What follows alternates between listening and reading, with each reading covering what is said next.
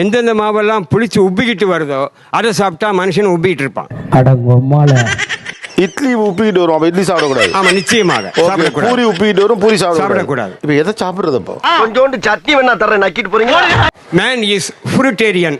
மனிதன் பழ உணவு மட்டுமே சாப்பிட வேண்டும் என்பது இயற்கையின் விதி. நல்லா இருக்க மாட்டா தம்பி, நல்லாவே இருக்க மாட்டேன். நான்வெஜ்னா என்ன பண்றது? அப்போ நான்வெஜ்ஜை சாப்பிட வேண்டிய அவசியம் இல்லை. ஆஹா, இவன் மண்டை குழம்பி மெண்டலாகி வந்திருக்கானா? மனிதனுக்கு அதுல ஒபேசிட்டி வரும், பல பிரச்சனைகள் வரும். ஒரு கல்லடு. விலங்குகளே ரெண்டு இருக்குல்ல, ஒன்னு சைவம் சாப்பிடுற விலங்கு, இன்னொன்னு அசைவம் சாப்பிடுற விலங்கு. ஆமா, இப்ப நம்ம யாரு? மனிதன். நாம சைவம் சாப்பிட வேண்டியவர்கள் ஃப்ரூட்டேரியன். சைவ விலங்குகளை விட உயர்வானவன் மனிதன்.